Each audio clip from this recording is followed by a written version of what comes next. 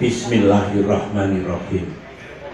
Assalamualaikum warahmatullahi wabarakatuh. Alhamdulillahirabbil alamin. Yang sama-sama kita cintai dan kita muliakan Al-Mukarram, orang tua kita, guru kita, penasehat saya dan sahabat saya, Bapak Abu Kotagrum, dan para abu, para ulama, para tokoh masyarakat se-Kabupaten Pidijaya dan Kabupaten Biren yang alhamdulillah hadir pada acara siang hari ini, Bapak Bupati, Bapak Wakil Bupati, dan para pejabat yang sedang mengemban amanah rakyat yang saya cintai, para pimpinan dan kader Partai Demokrat termasuk anggota DPR RI, Bung Rifki Harsa, Bung Muslim, Bung Edi Baskoro Yudhoyono, anggota DPRK, hadirin hadirat yang dimuliakan Allah Subhanahu wa Ta'ala. Saya dengan Ibu Ani dan rombongan sangat bersyukur dan berbahagia bisa kembali berkunjung ke Aceh yang sangat kita cintai ini, dan juga kembali menyapa dan bersilaturahim dengan saudara-saudara kami yang ada di bumi Aceh ini.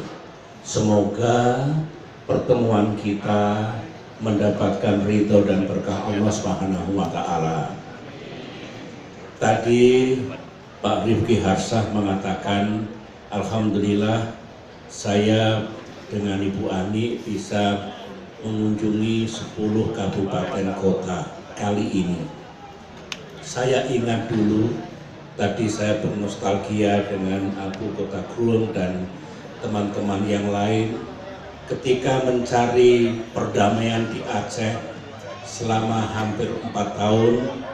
Sebagai menteri dulu saya menjelajahi Aceh dan puluhan kali berkunjung ke kabupaten dan kota, termasuk yang ada di Kota Cane, Tapak Tuan, Melabo, Banda Aceh, Pidi, Biren, Aceh Utara, kemudian Aceh Timur, Aceh Tengah, Takengon, dan masih banyak lagi.